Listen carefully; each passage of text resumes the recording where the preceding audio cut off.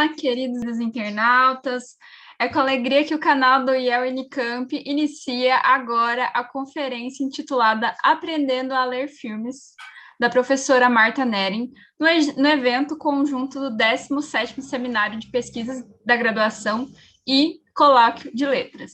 Eu sou a Bianca Vasconcelos Kraus e Silva, graduando em licenciatura em Letras pelo IEL Unicamp, e tenho o prazer de introduzir a professora Marta Nering para vocês. A professora Marta Nering é roteirista profissional desde 2009. Começou a carreira como redatora de publicidade, mestra em teoria literária e doutora em cinema, ambos pela Universidade de São Paulo. Da sua formação fazem parte os cursos de dramaturgia e técnicas narrativas. Foi professora de História do Cinema e atualmente leciona uma disciplina sobre adaptação de roteiros, como professora visitante no Instituto de Estudos da Linguagem. A professora Marta terá entre 40 e 45 minutos para sua exposição. Na sequência, a professora Lúcia Granja, do Departamento de Teoria Literária, conduzirá o debate. Os internautas que quiserem fazer perguntas podem digitá-las no próprio chat da transmissão. Obrigada pela atenção de vocês e boa conferência. Oi, boa noite. Muito obrigada, Bianca, muito obrigada, Lúcia, muito obrigada, Carlos e o departamento, enfim, vocês todos aí, pelo convite. E bom, Bianca já falou um monte assim da minha pessoa, então vou poupá-los de mais informações, acho que está de bom tamanho. E é o seguinte, a proposta da aula de hoje, que eu preparei um monte de material, mas depois eu concluí que, na verdade, em 40, 45 minutos, melhor a gente fazer um apanhado do assunto, porque o que acontece? Falar de audiovisual implica uma série de questões, porque o audiovisual ele pode ser um filme, ele pode ser um filme de cinema, um filmão, pode ser uma série, uma propaganda que você vê no WhatsApp, o TikTok, tudo isso está relacionado às imagens em movimento e a formação de um discurso por meio de imagens e sons ajustados e arranjados ao longo do tempo, né? E como a gente está falando de um campo muito vasto, que permeia nossas vidas, e depois da pandemia permeia mais ainda, né? Só a gente computar quanto tempo passamos em rede social todos os dias. É só a gente ver que o Instagram agora começou a competir com o TikTok e ampliou o tempo dos filmes do Reels. O próprio Facebook, o Instagram e o TikTok competem pela atenção dos usuários, né? Então, isso sem contar nas 500 mil plataformas de streaming, na TV, etc, etc, etc. Então, mais do que me aprofundar em algum desses aspectos, seja na questão da comunicação, seja na questão do discurso audiovisual, eu preferi abrir algumas janelas para a gente começar a conversar sobre o assunto. Mas, na verdade, eu vou abrir o jogo desde já. O meu grande interesse, e porque ofereci, inclusive, essa aula, é o seguinte: é urgente o ensino do discurso audiovisual nas escolas. É urgente, porque cada vez mais é um modo de comunicar que é triusado, abusado, e as pessoas consomem de uma forma muito acrítica. É claro que o fato de aprender a ler e escrever não torna ninguém imune a um discurso demagogo, a um estelionato, ou a um abuso de qualquer natureza, né? O domínio da língua, tal como nós a falamos, mas ele ajuda um pouco, né? Ele, pelo menos, a gente entende algumas questões de argumentação e é possível começar a refletir sobre isso, né? Agora, no campo do audiovisual, o que existe é um grande nada, no sentido do ensino, da reflexão sobre. E é um pouco sobre isso que eu quero falar, de onde eu pensar no vasto campo de discussão possível a respeito desse assunto, eu vou pensar alguns elementos que me parecem mais interessantes. Em nome de que estamos, obviamente, virtualmente, eu fiz uma coisa que normalmente eu não gosto, que eu preparei um PowerPoint. Eu sou dessas pessoas que dá aula com lousa, tá vendo lá atrás? Até no virtual usa minha lousinha. Mas aqui não vai dar, a gente não se conhece, não sei nem quantas pessoas estão assistindo, então eu prefiro fazer aqui o PowerPoint e a gente vai começar vendo alguns pontos e depois eu vou mostrar filmes, vou mostrar imagens, etc., né? o que são... Quando eu pergunto filmes com ponto de interrogação, é porque, assim, na verdade, a gente está falando de narrativa audiovisual. É que filme, cinema, é o primeiro jeito como nós nos deparamos com essa questão. Mas a real é que uma narrativa que se estabelece por meio do encadeamento de imagens e sons, ela está em vários lugares, né? Está na rede social, está no grupo da família, etc.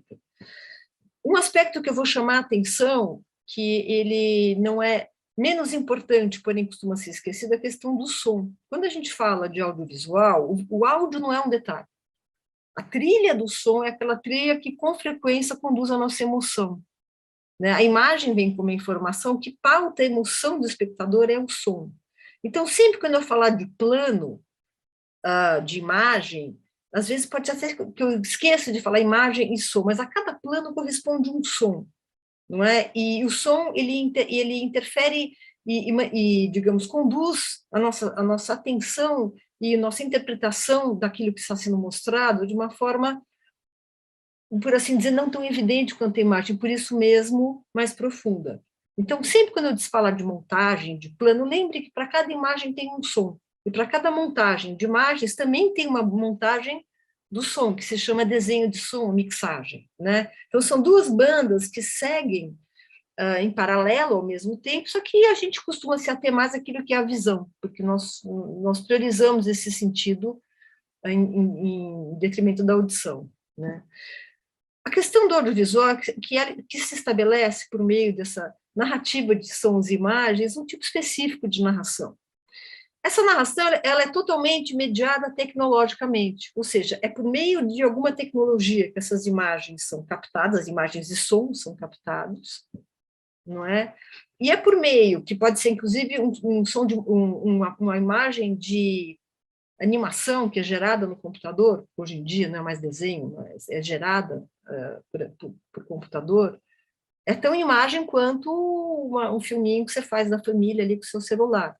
Você não tem o mesmo valor de imagem, né? E também independe do modo como a gente assiste, porque a gente pode assistir o audiovisual no cinema, do celular, numa sala de realidade imersiva, que é uma outra opção hoje menos comum, porém cada vez teremos mais dispositivos dessa natureza, né, salas onde você vai viver uma realidade imersiva, uma experiência de imersão, ou celular, enfim, o que seja, né? E as narrativas audiovisuais, elas incluem uma gama muito vasta daquilo que eu posso dizer toscamente produtos, né? Ou seja, tem o que se chama de live action, quando você tem atores interpretando alguma coisa. Você tem animação, que são desenhinhos com várias técnicas, né? Você tem o game, que são narrativas jogáveis. O game é audiovisual também, é uma narrativa jogável.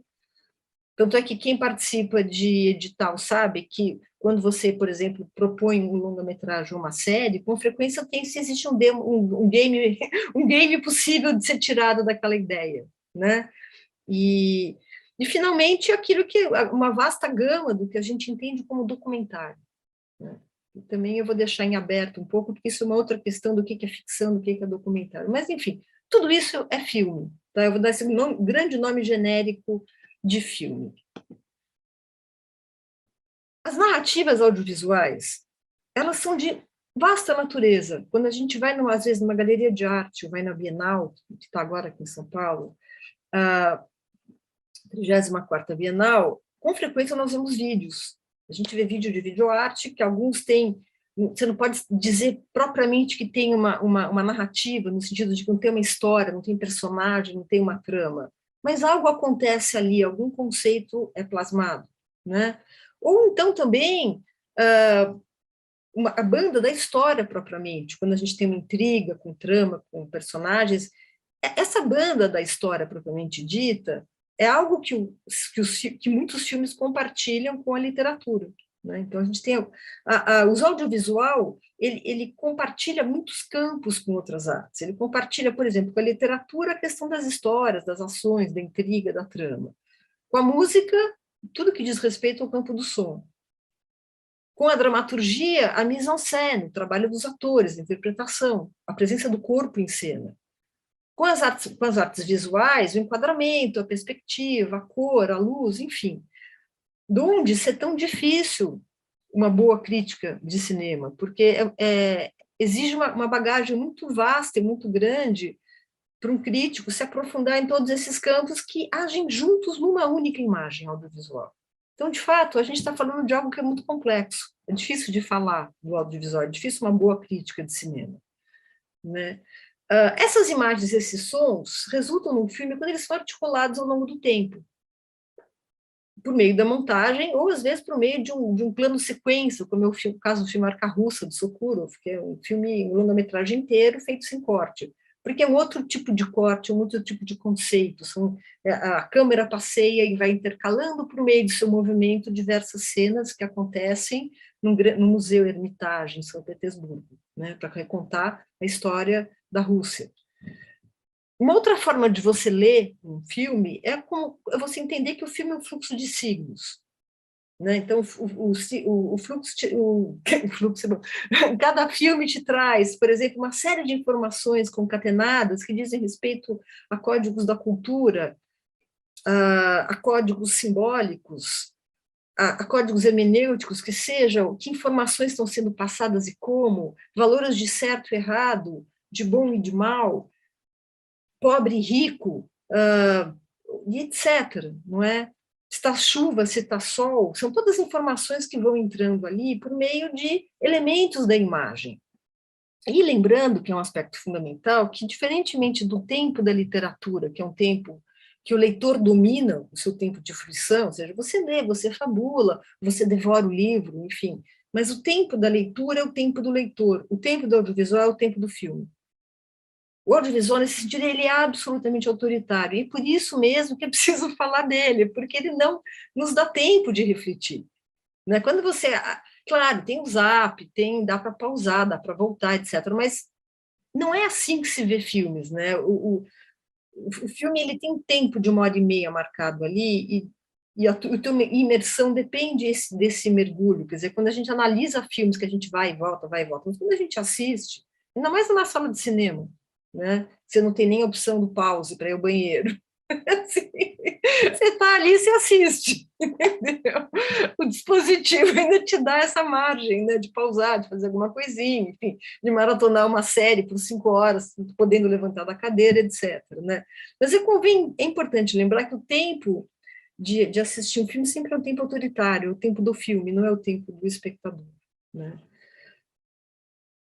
Analisar ou entender ou interpretar um filme, um discurso audiovisual que seja, também pode ser entendê-lo no contexto sociocultural, histórico, do qual ele foi gestado, né? Entendido aí como forma conteúdo, ou seja, é algo que está plasmado de uma certa forma, que se relaciona com conteúdos da sua época, né? E só é porque ele tem essa forma que depende do conteúdo e vice-versa. O conceito de forma-conteúdo, evidentemente, eu não inventei, eu li no Antônio Kant, estou citando aqui rapidamente um autor, coisa que, infelizmente, eu não vou ter tempo de fazer nesses 45 minutos, já passaram 15, né? É só para citar um autor aqui de uma bibliografia que é bastante vasta, né? E uma outra forma da gente entender também, das que eu vou tentar pensar no nosso tempo, é a ideia da retórica das imagens, ou seja, por meio de que conteúdos específicos? Por meio de que signos que os filmes promovem a identificação, promovem o interesse do seu público? Será que a gente está falando de coisas que são sempre, de signos que são sempre inéditos, ou será que a gente não está conversando a respeito de uma intertextualidade, ou seja, de filmes que conversam com filmes, uma certa tradição que gerou um corpo grande de produção e também um corpo grande, por assim dizer, de espectadores, que tem uma memória visual daquilo que eles já assistiram ao longo das suas vidas, né? Mas eu vou começar falando aqui do primeiro elemento, talvez o elemento mais crucial do audiovisual, chama-se o plano. O que é o plano? O plano pode ser entendido como este quadradinho no qual vocês estão me vendo falar. Isso é um plano. Este plano de cara, ele delimita em dentro, onde a Marta está, Marta não, um pedaço da Marta, né? Aqui da cintura para cima, e o fora, que é aquilo onde estão as mãos da Marta. Muito bem. O plano, ele como dizer, o plano ele é eminentemente um gesto, no sentido de que ele decorre de uma decisão, essa decisão se chama enquadramento. O que é enquadramento? É o que fica dentro e o que fica fora. Ao determinar o que fica dentro do que fica fora, eu parto de alguma premissa do que eu devo e do que eu não devo, do que é certo e do que é errado, do que eu posso e do que eu não posso. E essa premissa é uma escolha marcada, é uma escolha ideológica. Ela é marcada o tempo todo, ela é uma decisão. Então, isso só para dizer para vocês assim, não existe imagem inocente. Toda imagem resulta de uma decisão. O que eu mostro, o que eu não mostro. Por exemplo, se eu virasse aqui um pouquinho, olha, ela mostrando o escritório dela, ó, opa, temos uma janela. Agora veja, se eu desse uma aula para esse fundo da janela, a interpretação que vocês teriam da minha palestra, por assim dizer, é muito diferente de eu ter este nobre fundo de livros, com uma lousa ainda com branco atrás. Né? Então, por quê? Eu decidi que isso aqui eu vou enquadrar. Eu poderia ter uma tremenda coisa em volta, que vocês não iam saber, porque eu decidi mostrar isso é que eu vou mostrar. Né? Então, essa primeira decisão do plano como uma decisão, do plano como uma escolha, e como uma escolha autoritária, porque por mais que você estique aí a sua cabeça, você não tem, se eu não mostro, você não vê, entendeu? Tem isso, né? O plano ele é autoritário, a imagem é autoritária. Ela é autoritária e ela é fulminante, ela é imediata. Tudo bem, eu vou falar aqui um bom tempo, vai dar para vocês darem um zoom in, talvez, descobrir o que tem na biblioteca, o que não tem, etc. Mas, de modo geral, a imagem é uma coisa autoritária, porque no filme ela já teria passado, já teria dado um corte, que, aliás, é o que eu vou fazer agora, e vou mostrar para vocês um plano. No caso, eu vou começar com uma fotografia, que é onde, no fundo, a história do cinema começa, né? Na foto. O que é o audiovisual? É a imagem em movimento, a imagem animada. O número X de imagens por segundo, de forma a gerar uma ilusão de movimento. Então, o filme nada mais é do que uma série de fotografiazinhas bem compactadas, uma logo depois da outra, de forma que o nosso olho não consegue distinguir uma da outra, e aí cria a ilusão de movimento. Mas eu vou começar mostrando para vocês um plano. Muito bem, o que temos aqui? Eu vou perguntar e vou responder, porque eu achei que a aula fosse um pouco mais interativa, mas como vocês só vão poder fazer pergunta no final, eu vou fazer aquela famosa pergunta retórica. Lúcia, se você quiser falar, fica à vontade, porque você que está representando o corpo dos nossos ouvintes, e Bianca também, se quiser falar, fala, só para dar uma animada no negócio aqui. Muito bem, temos aqui uma favela. Agora a pergunta é verdade? É essa. Tudo indica, nós brasileiros já estamos bastante familiarizados com essa paisagem, portanto, seria um tipo de espaço propício para um documentário, por exemplo. Né? Uma coisa é um documento. Eu tenho uma outra imagem, que essa imagem aqui é um prédio de classe média alta, prédio de rico, né? Prédio de rico, cada apartamento um andar, uma piscina, boa piscina, um certo jardim, mais uma piscina no fundo, e 2 quadras de tênis, de saibra de grama, né? Negócio assim, bem chique, né? Se eu fosse fazer uma propaganda para vender São Paulo para investidores milionários, eu poria, sem dúvida alguma, essa imagem aqui, não a outra. A outra eu escamotearia, ficaria no meu extracampo, eu manteria essa imagem aqui. São Paulo é uma cidade magnífica, aqui rola dinheiro, baita padrão de vida, tudo certo e tal. Até o momento em que nós nos deparamos com esta imagem, que é a fotografia original, que eu suponho que muitos de vocês já tenham visto. Esta imagem aqui, o que ela faz? Ela promove o contraste. Mas, se eu tivesse a possibilidade de, digamos, movimentar, como eu estou fazendo aqui, este movimento, seria um movimento de câmera, ele faz o quê? Ele revela. Vocês estão vendo como revela? Supondo que fosse uma câmera. Eu começo aqui na favela, né, de repente vem uma árvore e pá! Nossa, olha o que essa imagem mostra. Então, o movimento de câmera é um modo de narrar também. É um modo de narrar específico do plano cinematográfico, porque na fotografia a câmera não mexe. Se a câmera mexe, é audiovisual. Então, como você... Agora, ao mesmo tempo, veja que coisa interessante. Quando eu movo a imagem para cá, o que é o meu campo? O meu campo é a favela. O prédio está no extracampo, ou seja, que ao fazer esse movimento, eu fiz uma revelação. E só para a gente falar de um dos procedimentos possíveis do audiovisual, né? Que é narrar com a câmera. Para a gente jogar um pouco de conversa fora aqui. Bem, o plano tem uma série de características que a gente pode analisar dele. Este PowerPoint que eu estou mostrando para vocês. Ele é, sem dúvida alguma, a menor unidade narrativa do audiovisual. O plano de imagem é o plano de som. Eu não estou falando do som, tá? Não vai dar para falar aqui. Mas sempre lembrem que eu poderia ter aqui, por exemplo, uma música tensa. Aqui eu poderia ter um funk tocando, se fosse, digamos, colar o imaginário social com a imagem que estamos vendo. Então, seria um funkão de favela, né? Inclusive Paraisópolis, onde teve aquele massacre, né, no dia do baile, essa Paraisópolis mesmo, né?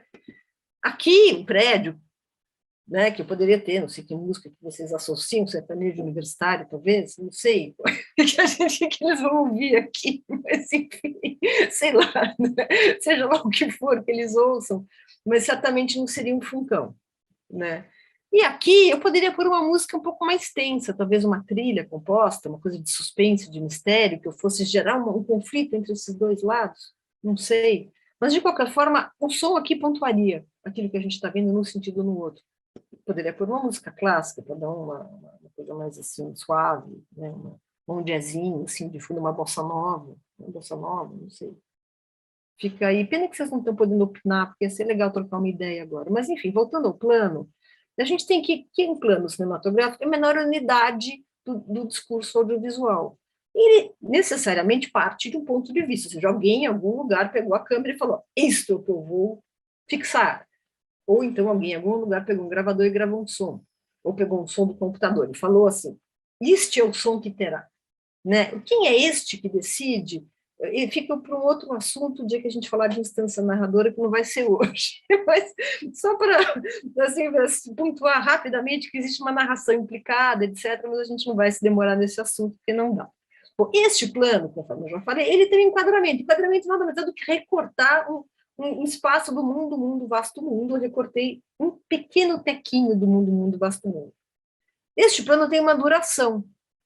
Né? No filme ele pode durar até, sei lá, 8 horas, que é um plano que o Andy Warhol fez do namorado dele dormindo. 8 horas, é uma coisa assim, eu estou chutando aqui de cabeça. Né? Mas, enfim, era bastante longo, um plano só. Ou ele pode ter fração de segundos. Ou ele pode ter milésimos de segundo em propaganda subliminar, né? Que é um mito que tem gente que diz que existe mesmo, que é aquela pessoa fumando que são tão pouquinhos frames que você não sabe que ela foi enfiada dentro do filme que você está assistindo. São as propagandas subliminares. É proibido, mas há quem diga que acontece bastante. Não sei. Né? Pode ser que seja dos mitos do cinema, vai saber. Muito bem. E o plano também determina um espaço. E esse espaço é o que está dentro do plano e o que está fora do plano. E conforme eu falei para vocês, às vezes o grave, o importante, o fundamental está excluído, porque não interessa mostrar. Não interessa mostrar. Às vezes você só quer mostrar um pedaço. Ou, às vezes, o movimento da câmera permite uma revelação, permite unir dois espaços, permite pontuar que existem lugares, espaços distintos que eu posso unificá-los. Né? Isso é uma forma de narrar por meio da imagem. Bom, a câmera se move e existem N modos da gente começar a fazer uma análise da imagem, na imagem audiovisual. Seja, se você está junto com, se a câmera ocupa o lugar da personagem, se você é uma mosquinha, se o espectador está na posição, se a câmera, aliás, perdão, está na posição de uma mosquinha da parede que vê a cena acontecer, se nós temos uma montagem de uma pessoa falando, aí a pessoa com quem ela está falando, a personagem com quem ela está falando responde, então a gente tem que ser de plano e contraplano de um diálogo, então o que eu estou olhando é aquilo que eu vejo, então no caso seria vocês me olhando aqui e depois vocês olhando o que eu vejo, que seria a tela do meu computador, que vocês estão olhando aqui porque eu estou compartilhando, né? Enfim, tem modos de entender um plano, se ele está um plano aberto, a cor, se a câmera está no teto, se ela está no chão, se ela está na linha dos olhos, o foco, são N formas que eu deixo aqui para vocês se debruçarem nesse magnífica seara de coisas interessantes para se estudar no que diz respeito à imagem, né? Mas a gente vai partir agora para o segundo momento de um discurso audiovisual, que é a montagem. Eu não vou falar aqui, apesar de já ter mencionado, desses filmes que são planos sequências, ou seja, que são um único longo plano que o movimento da câmera articula cenas, de forma que você não tem um corte cinematográfico. Mas eu vou mostrar para vocês um pouquinho, alguns exemplinhos aqui de montagem, de como é que a gente pode entender a montagem, né? Então, vamos lá, olha só. O que é? Existe uma coisa muito interessante no que diz respeito à montagem, é que quando você junta dois planos, o que acontece? Você tem um plano A, o plano B, e da sequência desses dois planos, o espectador depreende um sentido daquilo.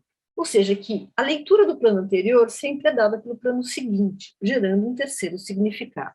Eu vou mostrar para vocês um experimento feito por um cineasta russo chamado Kuleshov, lá pelo início dos anos 1920, Bolinha. Vamos compartilhar aqui, tal, compartilhando. Estão vendo aqui minha tela, Lúcia? Belezinha?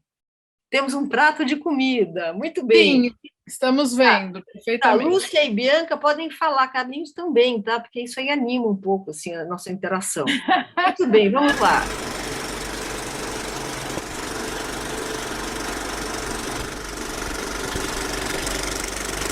Muito bem, vocês acham que este personagem está com cara do quê? Está com cara do quê, vocês acham? Sei lá, né? A gente diria, se fosse olhar a sequência, diria fome, mas não é, né? Tem um riso estranho, né, no rosto dele. Muito bem. Agora vamos ver aqui um outro. Vocês viram que a trilha que tem aqui nesse filminho, eles usaram uma trilha de projetor antigo, né? Sim. Mas isso é sonoplastia, tá? Não é original, não veio com isso, não. Só para falar do exemplo, né, do que é essa coisa de... Muito bem, agora nós temos aqui.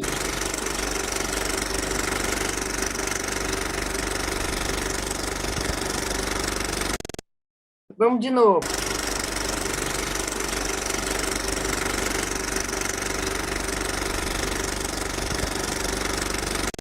Tá com... Pega.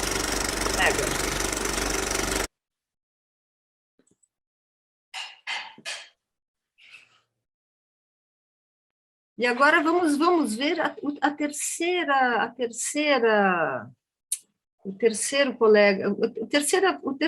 filmagem desse mesmo ator. Vamos ver como é que a gente interpreta a expressão dele.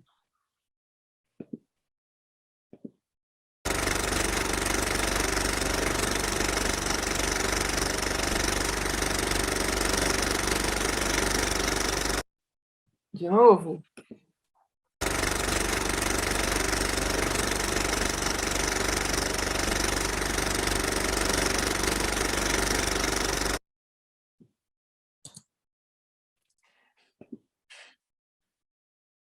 E aí? Muda tudo, né? A sequência que vem depois muda o olhar que a gente tem sobre o primeiro rosto dele, que depois é reapresentado, né? Então pode ser fome, tristeza, uma coisa meio macabra. Eles estão falando no YouTube, ó, deixa eu só te falar, já que, né, eu te interrompi. Porque é legal a gente também trocar uma bola, é mais divertido. Eles falaram que fica meio macabro, num determinado momento tem um olhar de medo, enfim. Pois é. Mas entendemos o experimento. O experimento é o seguinte, é o mesmo ator, o plano do ator é o mesmo, é que de acordo com a imagem que vem antes, ele é interpretado de outro jeito. Eu dou aula, mas toda vez que eu vejo isso, eu procuro no rosto do ator sinais que justifiquem a minha vontade de achar que ele está com fome, com pena, com tesão. Normal, nós somos essas pessoas, a gente soma coisas quando a gente vê. Isso é só para mostrar qual é a questão que é tão fundamental de entender a montagem, esses efeitos da montagem, né? Porque daí vem as fake news, daí vem tudo. Como é que você constrói um discurso, que você prova uma coisa por meio da outra, com essas imagens e sons que se encadeiam? de onde a gente volta para o início da aula, da importância, isso chama-se da importância de falar de audiovisual. Pois bem, vamos continuar aqui um pouquinho. Então, esse daí que se chama efeito Kuleshov, que, aliás, opa, tem um erro aqui, ó, Kuleshov, que é exatamente o experimento que esse cineasta russo fez, estudioso, lá no início do século XX, segunda década do século XX, mais ou menos por aí, depois da Revolução Russa, para entender qual é o efeito da montagem, né, o que significa esse poder da montagem. Quando a gente fala em sequência, a gente está falando dessas unidades de sentido, né? Sequências, elas geram uma gama um pouco maior de sentido. Uma sequência, ela pode, por exemplo, criar uma metáfora audiovisual. O que é uma metáfora? É quando você soma, você monta dois sentidos em paralelo, de forma a que esses dois sentidos, a gente associa um ao outro, né? Numa associação metafórica. Eu vou mostrar aqui só um exemplinho rápido, que esse, no caso aqui, é o final do filme Greve, do Eisenstein.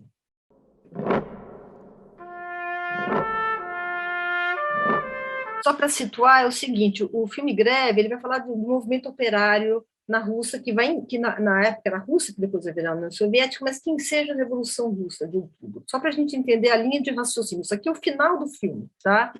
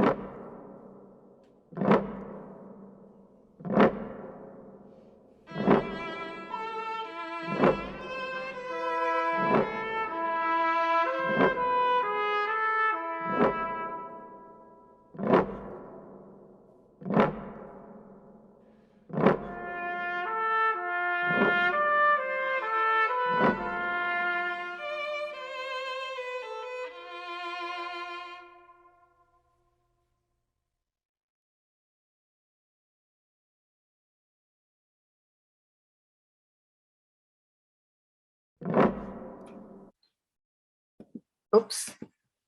Neste caso aqui, não foi associado apenas um plano com outro plano. Foram duas sequências que foram associadas.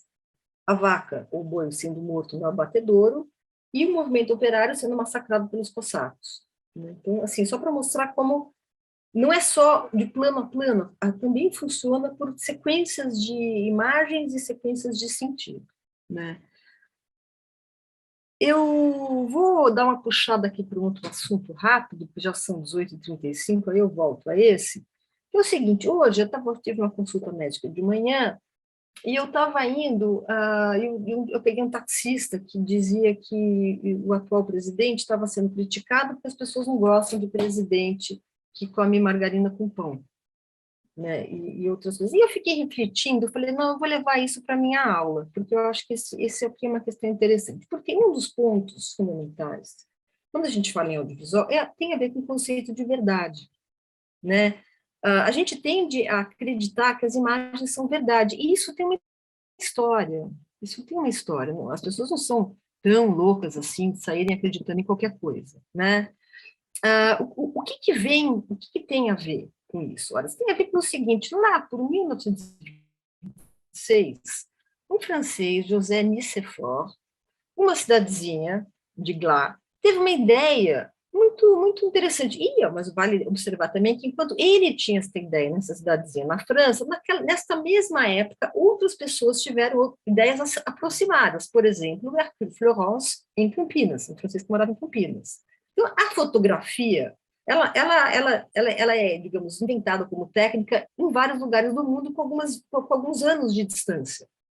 Mas foi um movimento planetário, não vou dizer planetário, mas assim, que aconteceu em vários lugares ao mesmo tempo, com uma diferença de alguns anos. Mas o primeiro que você tem registro é esta imagem. Esta imagem é a vista da janela da casa do Nicéphore, né? E essa imagem, ela foi captada com base em dos conhecimentos científicos que existiam há muito tempo. Um deles é da câmara escura, que existia desde o Renascimento, que é uma caixinha onde você faz um furinho, e você sabe que neste furinho a imagem do externo se reproduz dentro, na parede invertida. Isso qualquer pessoa pode transformar o quarto numa câmara escura, veda bem tudo, bem vedadinho, deixa só um furinho na janela, que a imagem do exterior vai se projetar na parede do fundo invertida. Isso os renascentistas já sabiam. E outro conhecimento, que também era conhecido há muito tempo, conhecimento conhecido é bom, né? Mas a gente vai assim falando logo, acaba cometendo algumas tautologias. Outro conhecimento que já era, digamos, assimilado pela cultura ocidental era o fato de que algumas substâncias se sensibilizam na presença da luz. Né? Quem tem prata em casa sabe, você põe a prata ali perto do sol, ela fica preta. Tem alguma pergunta aí para fazer? Tem. Eu vou fazendo as perguntas então, tá? Enquanto eu vou, o tempo de abrir esse negócio. Enquanto você estava falando do plano, explicando o que era o plano, a Marli perguntou, então tudo depende, né, da escolha. Então, da escolha de plano, a gente relaciona isso com questões narrativo-discursivas? A Marli perguntou. Aí você responde quando você puder. Sim, claro, porque a partir da escolha do que eu enquadro numa filmagem, eu começo a estabelecer o parâmetro de uma narração audiovisual. O que vai acontecer ao longo da história do cinema, né, porque a primeira projeção pública de imagem, de um filminho, foi em 1895, Disse projeção pública, já tinha umas maquininhas do Edison, punha dinheirinho via filminho, assim, na maquininha. Do momento onde... E aí já eram filmes de um plano só, mas já tinha imagem em movimento, né? Mas repete a pergunta, porque agora eu comecei a responder, fui muito longe na minha resposta. Você estava falando do plano e ela estava dizendo se relaciona a escolha do plano com questões narrativo. Sim, o tempo todo. Acho que é isso. O seguinte, tá? A questão é o seguinte, é que quando à medida que vai indo, né, o cinema ele vira realmente uma febre e os filmes começam a ter mais duração e ter mais de um plano, o que o discurso audiovisual desenvolve são meios de fazer com que essas histórias se tornem assimiláveis pelo público, ou seja, desenvolvem regras e convenções. Essas convenções elas foram digamos, se consolidando à medida que o público foi assimilando mais facilmente alguns conteúdos ou não. E também ligada com questões de censura, né, de que coisas que podiam ser mostradas e coisas que não podiam ser mostradas. Tem censura nos Estados Unidos oficial desde 1913, Departamento de Censura de Filme, o que pode e o que não pode. Então, assim, foram uma série de procedimentos. Segundo, questões que se chama de continuidade, regras de continuidade, que é um longo manual, por assim dizer, do que você pode, do que você não pode fazer, né? Do tipo assim, por exemplo, se você tem uma mesma cena, mantém a regularidade da luz. Eu teria que explicar para vocês questões de produção, mas entenda o seguinte, tudo no filme é falso, tá? Parte desse princípio, tudo foi gerado de alguma forma. Né? Então, assim, se eu filmo uma cena, às vezes essa mesma cena de filme é filmada ao longo de 3, 4 dias. Como é que faz para ter a mesma luz? Gente, isso é por estudo, se alguma coisa dá errado, tem um negócio chamado correção de cor no final, na pós-produção, para que aquela cena pareça que foi filmada ao mesmo tempo, mas muitas vezes não é. Então, tem toda uma questão de como os filmes são feitos, que diz respeito ao vasto mundo do making of. Making of são esses filmes que mostram como os filmes são feitos. Sim. E, além de todo digamos, um esforço institucional de dizer os filmes devem ser feitos desta forma, né, que redundou, digamos, em narrativas hegemônicas, em formas de narrar hegemônicas, hoje em dia, muito ligadas à história do cinema norte-americano, aquilo que se convencionou chamar de cinema clássico. Então, não por acaso, a gente fala da jornada do herói, protagonista único, que vence forças, assim, que é, obviamente, uma ética individualista. Então, as coisas estão ligadas, basicamente, né? E outras formas de narrar viraram, digamos, formas, por assim dizer, artísticas, que não, hoje em dia, raramente ou dificilmente atingem um grande público. E lembrando também que cinema é um business, né? Cinema não só é colonização cultural, ou seja, a forma de você expandir uma um poder de uma nação ou de um grupo de pessoas interessadas, né? Não por acaso a produtora Brasil Paralela, ao que consta, fechou um acordo com a Sony. A produtora Brasil Paralela é aquela ligada ao certo gabinete do ódio, né? Então, essas coisas não são casuais. Existe o audiovisual é um potentíssimo meio de divulgação de ideologia e visão de mundo. E isso tem alguns modos de fazer. É estes modos de fazer que têm que ser ensinados nas escolas, na esperança de que as pessoas, aprendendo a entender o que um filme faz e como eles são feitos, consiga ser menos vulnerável ao discurso que o filme traz, que todo filme é ideológico, não existe imagem inocente. Então, basicamente, esse é todo o intuito dessa minha explanação aqui. Excelente isso. E, bom, a tela está preta ainda, mas já que... Então esquece, essas coisas não são tão... Eu ia fazer uma longa viagem aqui, que não é o caso. Você tinha perguntado das questões, né? Então, eu vou continuar só aqui, que o Aquiles disse... já vou respondendo. Não, o Aquiles disse que a conferência está perfeita e muita gente interveio quando você perguntou, né, daquela sequência de 3 imagens completamente diferentes e um só tipo de expressão do ator, né? Então disseram que era macabro, que dava medo. A Marli falou novamente. Pois Nossa, como é bom, eu adoro enganar todo mundo, é uma delícia. A Marli falou de novo, a Marli interveio de novo, falou do espectador ausente, se é que isso existe. Acho que depois você pode comentar. E o Wagner falou que quando você mostrou a cena do matadouro que se alterna com a Revolução, né? Na verdade, a repressão aos operários. Exato. Lembrou a lista de Schindler, então também acho que a gente pode falar das referências que as cenas evocam, né? Intertextualidade, exatamente, que eles também aprendem na literatura. Depois, todo mundo ficou falando da tela preta, mas acho que a gente já tem questões para conversar, e também você pode concluir. Né?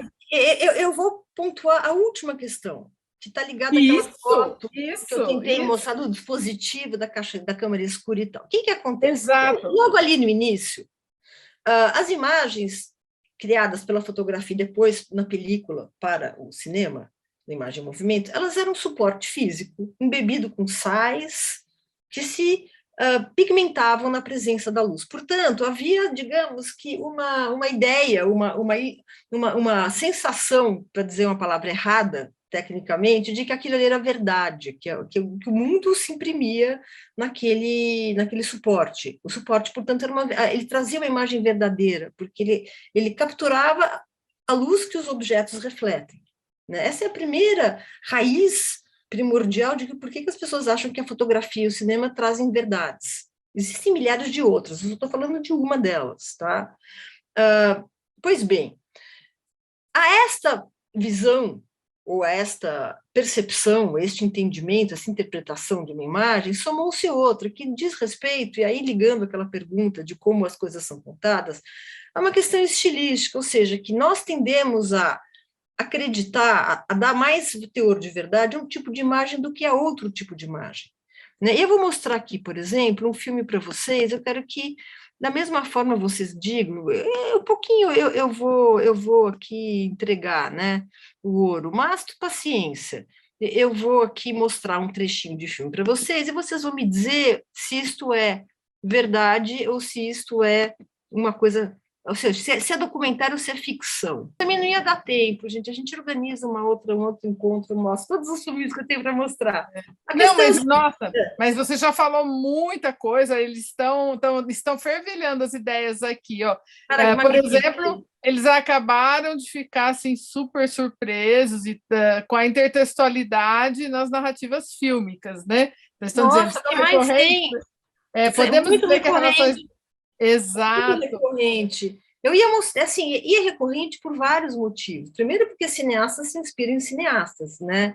Quem produz filmes, no caso, eu sou roteirista, então é um básico você assistir todos os filmes que foram feitos sobre esse assunto. E não é nem um pouco feio você imitar ou colar ou se inspirar em cenas e passagens já realizadas. Isso é uma brincadeira. E tem cineastas tipo Tarantino que fazem filmes muito calcados na história do cinema. Então, isso não é problema nenhum. né? E é quase que uma brincadeira interna, sabe? De filmes que parecem com filmes, de filmes que falam de filmes. Isso é algo que é muito, digamos, exercitado, né? Às vezes deliberadamente, às vezes de uma forma um pouco mais oculta, né?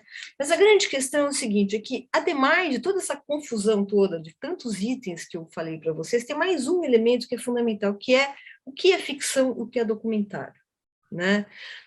E esse talvez seja o mais fundamental de todos, porque existem registros de imagem que nos induzem a crer que eles são documentais.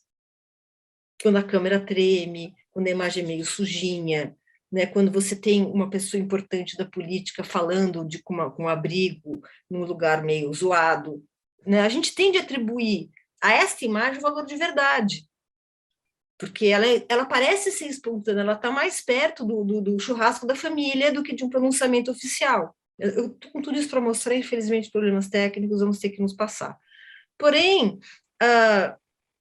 eu recomendo que vocês assistam o filme O Pronunciamento do Porta dos Fundos. Porta dos Fundos, você sabe o que é, não preciso explicar.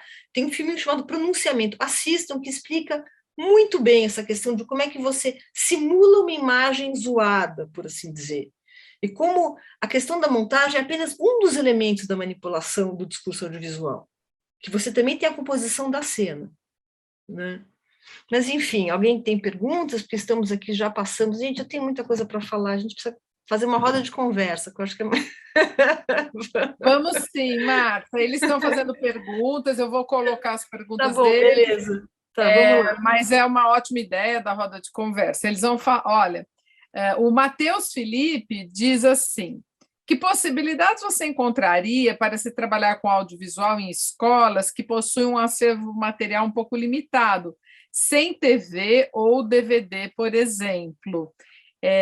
Vamos lá, Marta. Olha, eu acho o seguinte, que basta um celular. Assim, existem, enfim, aí tem que... Olha, existem muito... Você pode, dependendo da idade das crianças, você pode fazê-los representar, você pode fazer de uma forma de teatro, para eles entenderem como são geradas as cenas que eles estão vendo, né? Assim, aí o céu é o limite, eu diria assim, tenta com celular, vai juntando, mostra, entendeu? Muita gente tem celular. Aí é difícil, assim, é claro que quando eu falo de ensinar nas escolas, acho que tem que ser uma coisa institucional, tem que ser uma política pública, né? Eu falo de política pública, é isso que eu gostaria de fazer uma bandeira, política pública para falar de audiovisual nas escolas, né? Porque, claro que existe um limite do voluntarismo do professor, mas, de qualquer forma, eu acho que se existe, assim, eu acho que é preciso primeiro gerar uma consciência, e essa consciência faz o movimento acontecer. Né? Assim, acho que é importante ter a consciência da importância e também da dificuldade, porque não é uma disciplina evidente de se ensinar, exatamente porque ela é complexa, então é preciso todo delimitar como ensina, existem métodos, né?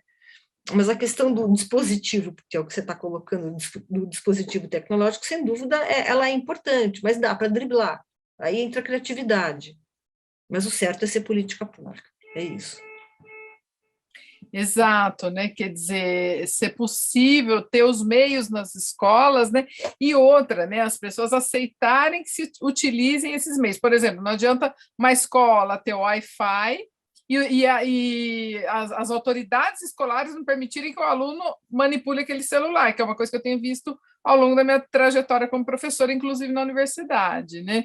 Então, quer dizer, e tem uma questão de educação dos educadores e dos gestores escolares para isso. Você tem que formar professores, também, né? Na verdade. Você tem é uma disciplina nova, você tem que formar professores para. Porque da aula de audiovisual não é pegar um filme histórico para os reis da França eram assim. Inclusive, na aula de história, por favor, não mostre filmes históricos em aula de história, porque são de serviço. Filmes históricos, eles representam um momento histórico que eles são filmados, não o passado. Sim, exatamente. Mostrar filme histórico para falar do passado é muito complicado, sabe? Sim, faz parte, é errado. Isso, faz parte disso que você está dizendo, né? Quer dizer, ter política pública de educação, exato. Eles têm mais assim, Antônio e Cleópatra, filmado pelos estúdios americanos, que eu não lembro bem qual estúdio que é, uma família burguesa, criança, como se fosse, assim, tipo, é uma visão da época que foi filmado do Egito Antigo. Você já está de Cleópatra Sim, naquilo, não era de jeito nenhum, entendeu? Então, assim, é melhor não mostrar. sim, Eu sou sim. favorável, não mostra. Exato, pois é, a gente teria mil exemplos aqui para dar, né? O Marta, eles estão elogiando muito, a Marina diz, quero mais tempo com a Marta, e aí ela pergunta, você poderia listar 5 audiovisuais importantes, interessantes, para trabalharmos em sala de aula? Puta, mas tem que trabalhar em quê? Acho que na prática deles como professores, né? De língua portuguesa, de literatura, 5 Eu tenho audiovisuais medo, importantes. eu não vim preparada para isso, gente. Eu morro de medo de fazer lista. Eu sou uma pessoa indecisa, eu não consigo nem mostrar os filmes, por 45 já tem 30 filmes para mostrar. Ainda bem que o monitor que me ajuda a separar os filmes não está aqui assistindo, senão ele tem que ficar enfurecido, porque eu estou alugando ele há não sei quanto tempo. Pega tal trecho, pega tal coisa. Não, mas a É muito, tecnologia, né? é muito difícil, gente. Lista de 5, teria que assim, conversar, entender qual é a finalidade. Eu não sei chutar assim de cara, eu sou um pouco. Aham. Me comprometer, isso aqui está no YouTube, entendeu? Melhor não correr risco. Verdade, verdade. Então, a questão da composição da cena, estão citando aqui também a questão do café da manhã, do pão com leite condensado, né, do nosso presidente na campanha. É. O Matheus está dizendo que a gente realmente precisa dessas políticas públicas, o Lucas está dizendo, apreciar os detalhes de um filme nos faz perceber as críticas dentro dele. Gosto muito quando um filme é uma releitura aberta, cito como exemplo Iracema, uma transa amazônica. Legal. Aí ele mesmo pergunta ao Lucas, Marta, queria saber se a senhora acha que as nossas produções carecem mais de filmes de releitura aberta. Ele gosta da releitura aberta, o Lucas. Ele pergunta então para você. Eu acho que o audiovisual brasileiro tem coisas maravilhosas. Quer dizer, agora a produção ficou um pouco estancada, né? Mas se a gente pensa até assim, a última leva de filmes, a gente está estabelecendo um modo de narrar que é muito interessante, muito próprio. Filmes como Arábia, Temporada, Boi Neon, Ventos de Agosto, são filmes que tem um Brasil rolando ali, num ritmo e numa pegada, e numa forma de articular planos e sequências e com personagens, que são personagens, digamos, eu ia dizer do povo, essa palavra fica meio tosco para falar desse jeito, mas são personagens que dizem respeito ao nosso cotidiano de várias regiões do Brasil, né? Não é uma representação urbana do Sudeste, né? Essa produção audiovisual brasileira, ela se espraiou com narrativas que são narrativas com uma que refletem um modo de ser distinto, e essa diversidade é muito interessante, ela está presente no cinema. Né? E, assim, a Iracema, eu amo Iracema, do Orlando Ceni e do Bodansky. Né? Iracema, ele é um marco, sem dúvida alguma, ele é um marco. Mas filmes feitos como Iracema hoje, eu acho que tem muitos. A questão é que agora você me pega, sabe? Nessas horas de dar exemplo, assim, eu não saberia te dizer exatamente quais. Eles estão dizendo, né? A Marli está dizendo assim, não seria possível adaptar imagens estáticas para criar ao menos uma sequência narrativa fílmica para dar ideia aos alunos? Dá total. Olha, isso se chama animar fotografia. Tem muitos filmes, inclusive o Marcelo Tassara, que faleceu no ano passado, que era um professor da ECA de montagem, Marcelo Tassara. Ele realizou alguns filmes só com foto, vamos lá, imagem de arquivo animada, que recorta um pedaço, né? Chama-se animar foto. Você pode animar, seja destacando ou cortando um elemento da foto, destacando, fazendo uma colagem, seja fazendo zoom in, zoom out da foto, ou simplesmente pondo as fotos. Tem um filme chamado Now, N-O-W, do Santiago Álvares, que é um cubano, de 1969, que é foto e música. É infernal o filme, é só fotografia e música. Assim, acho que talvez tenha tem alguns fragmentos de imagem e movimento de arquivo, tem, mas o filme é basicamente feito de foto e música. Tem um documentário Congo, do Arthur Omar, que esse nem foto tem, é som e texto. Tem de tudo, audiovisual, gente, vale tudo, entendeu? Assim, vale tudo. O que você chamar de audiovisual, pode crer que pode ser, entendeu? Exato, muito bom. A Viviane Vera está te dando parabéns. E eu, assim, se você me permitir, gostaria de dizer a eles, né, que se inspirem sempre na literatura para dar imagem. Eu sou professora de literatura, né? Que se inspirem sempre na literatura para dar imagem de planos, porque a literatura dá muito exemplo para a gente. A gente pode pegar a primeira página de Vidas Secas, né? E ver como, na verdade, o narrador está olhando distanciadamente aquela gente vindo e como depois isso vai ser lido no filme, né? Com aquela câmera parada, né? E, aliás, o curso que eu estou dando na Unicamp, né, é exatamente quando os livros viram filme, negócio assim. Não esquece o nome do curso, tudo bem. É basicamente adaptação. E assim, eu citando aqui de cabeça, eu acho que entre 70% e 80% dos filmes, longa-metragem, séries, até um pouco mais, lançados hoje, são baseados em literatura. São obras adaptadas, série e filme. Então, e mesmo o olhar, né, Marta? Eu estou assim, dizendo para eles, por exemplo, eu não sei se eles viram um filme um pouco mais antiguinho, aquele Quero Ser John Malkovich, num determinado momento, a gente vê tudo, né? É como se a câmera entrasse na cabeça do personagem e a gente vê tudo pelos olhos da personagem, né? Bom, isso é uma técnica que está lá no Flaubert, né? Em Madame Bovary, a gente perceber tudo pelo olhar dela, quer dizer, uma exageração da técnica. Eu acho que eles vão aprender muito assim, né? Esse cotejo é muito interessante, porque o cinema ele tem isso do ponto de vista narrativo, mas a câmera às vezes se duplica, porque às vezes você tem uma narração subjetiva da memória da personagem, porém a câmera mostra a personagem, não pelo olhar dela. Então existe, em teoria de cinema, a gente fala de ocularização, que é o ponto de vista da câmera, a audição, que é o ponto de vista de escuta também, enfim, mas aí já essa questão da narratologia aplicada ao audiovisual, ela é muito divertida, mas assim, tipo, dá pano para manga para falar. Pano para manga. Eu trouxe como exemplo, né, porque eles estão aflitos, por exemplo, e aí tá cheio de exemplo no meio do caminho, né?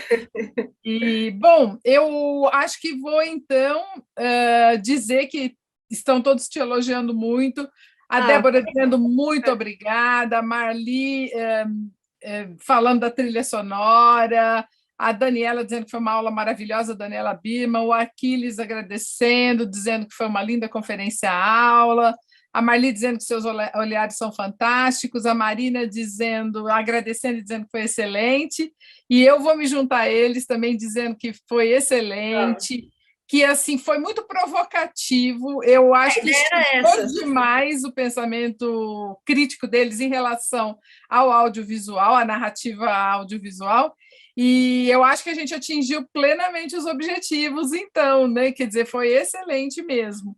Muito obrigada, Marta. Eu faço coro, que eu faço aqui, né? Transmito para você o que é coro no chat do YouTube. Muito obrigada. Eles adoraram. Amaram. Estão dizendo aqui, amei, adorei, muito obrigada. Pena que ficou tela preta, mas bom, paciência, né? Acontece. Não, paciência, mas a gente sabe narrar também, né, Marta? Narrativa bíblica, a gente a nossa narrativa também. A gente vai no improviso aqui, mas narrando sempre. Então, Marta, muito obrigada, viu, por ter participado. Boa noite para todos. Obrigada pelo convite, obrigada por assistirem. Obrigada também, Bianca, pela intermediação. Sua apresentação foi perfeita. Obrigada, Aquiles e Cíntia, pela organização do CPEG. Daniela, por ter trazido você para a Unicamp, convidado você, né, a participar aqui como professora convidada na Unicamp. E abraço a todos os alunos. Aproveitem o CPEG. E, Marta, muito obrigada mesmo. Gente, eu que agradeço. Foi um prazer. Um prazer.